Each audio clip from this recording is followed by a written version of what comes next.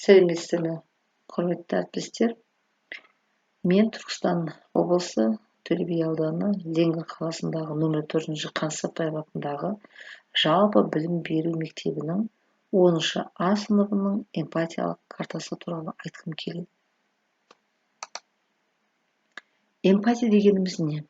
Бұл басқа адамның эмоцияларын өзіндігіндей сезіне білу қабілеті.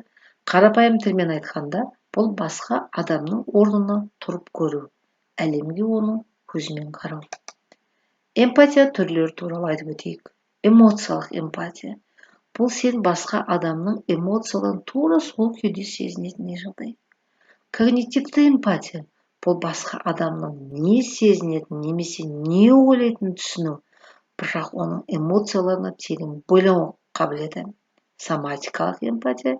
Сен басқа адамның физикалық сезімдерін сезінесің. Эмпатия мен жанашырлық айырмашылығы неде?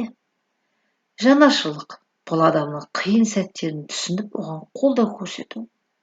Ал эмпатия дегеніміз бұдан әрірек барады. Ол тек түсінуді ғана емес, сонымен қатар сол эмоцияларды өзің бастан кешіруді білдіреді. Ал енді сыныптың бүкіл жағдайын, олардың ішкі жан дүниесін, ішкі аурасын сезіну, білу үшін мынандай зерттеу жұмысы жүргізілді. Социометрия сауалнамасы алынды. 7 тапсырмадан тұрады. Бұларға жаңағы ескерту айтылды. Бір адамды ғана таңдау, яғни бір оқушының ғана атын атау. Бірінші тапсырма.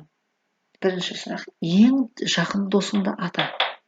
Бұл жерде 3 оқушы аутсайдер болды. Яғни, ең жақын дос дегеннің ішінде аталмаған 3 оқушы болды. Екінші тапсырма, туылған күніңе шақырасың. Осы жерде 2 оқушыны ешкім шақырмайтын болып шықты. Сондықтан оларды біз аутсайдер деп атаймыз. Үшінші тапсырма, туылған күніңе шақырмайсың. Яғни, осы жерде бізде 3 оқушы бірнеше рет аталды, аутсайдер болды, шақырмайды ол оқушылар. Төртінші тапсырма, ең күткен сыйлықты береді, яғни кім біледі? Осы жерде беретін оқушылардың ішіне кірмей қалған 5 оқушы болды.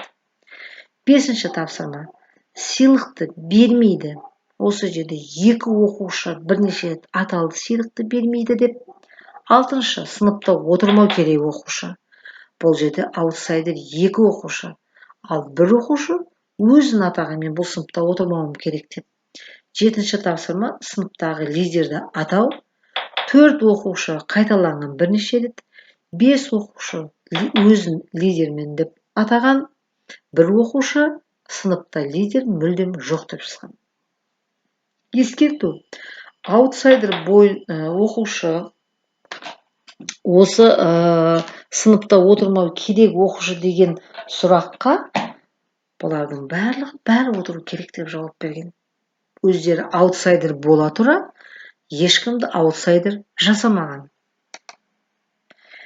Енді осы эмпатиялық картаны жасау үшін социометрия жүргізілді, суретті тест алынды, және енді осы сынып оқушылардың нумерологиялық код картасы жасалынды. Бұл жерде әрбір оқушының туылған күні, айы, жылы, солар белгілі бір жаңағы жүйе бойынша есептелініп шығарылады. Яғни 1 деген бақытты сан. Бұл жерде ойлау қабілеті, тиянақты, адамдарды басқару, оларды көндіру, олар қиынға соқпайды, нағыз көшбасшы, кейде қырсықты ұсталып қалатын жаман қасиеттері болады. Сондай оқушы бізде 4 болды. Оның 2-і лидер және үздік, 1-і беделді сыныпта оқушы, 1-і екпінді оқушы. Келесі бақытты сан 2. Бізде 1 оқушы. Бұл нағыз мейірім, жомарт, нақтылықты, түсіністікті білдіреді. Өте жаңағы романтизм, интуиция бар. Кемшілігі жоқ оқушы, жоқ адам деп айтамыз. Бұндай енді көп кездесе бермейтін адамдар, бірақ біздің сыныпта бұндай бір оқушы шықты.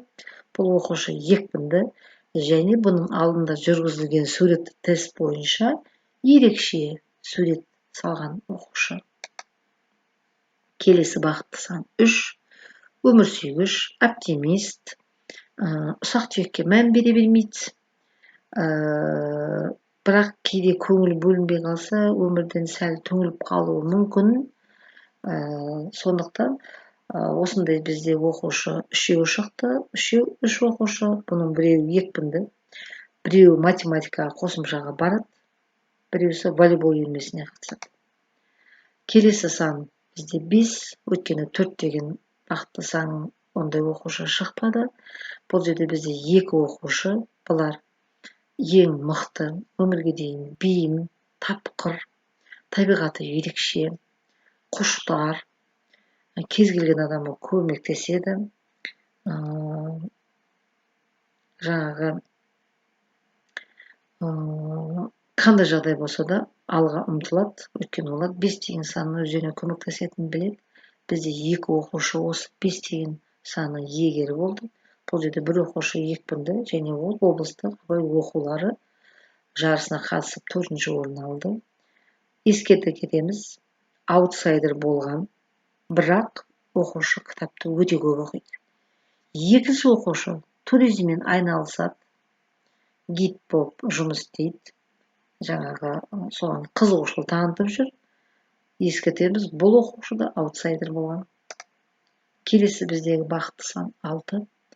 Бұл санның жақсы қасиеті адамдарға ерекше ықыласпен қызмет, жаңағы талапшыл, бастық болуы мүмкін. Адамның жеке өмірін басын қатты құрметтейді. Еркін, жақындарына көмектеседі. Басқалар үшін өзіне ұмытып кетуі мүмкін. Енді кейде қиын, жаңағы біреу үшін өзінің басын қиып істеген кейде кедергі болуы мүмкін.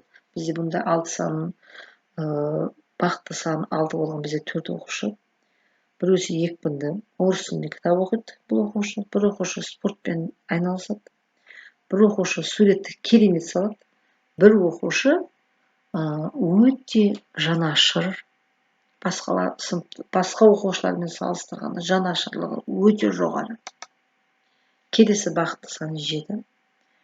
Бұл санның ең басты ерекшелігі ойлау қабілеті керемет, жоғары деңгейде. Кез келген қиын сұрақта жауап табады. Енді кейде жаңағы басқалардан ерекше екен деп жаңағы өзін солай ойлап қалады. Бұл енді бойында кішкене жаңағы жаман қасиет деп айтуға болады. Бұнда 4 оқушы шықты. Оны 4 оқушы да екпінді. Біреусі робототехникамен айналысады.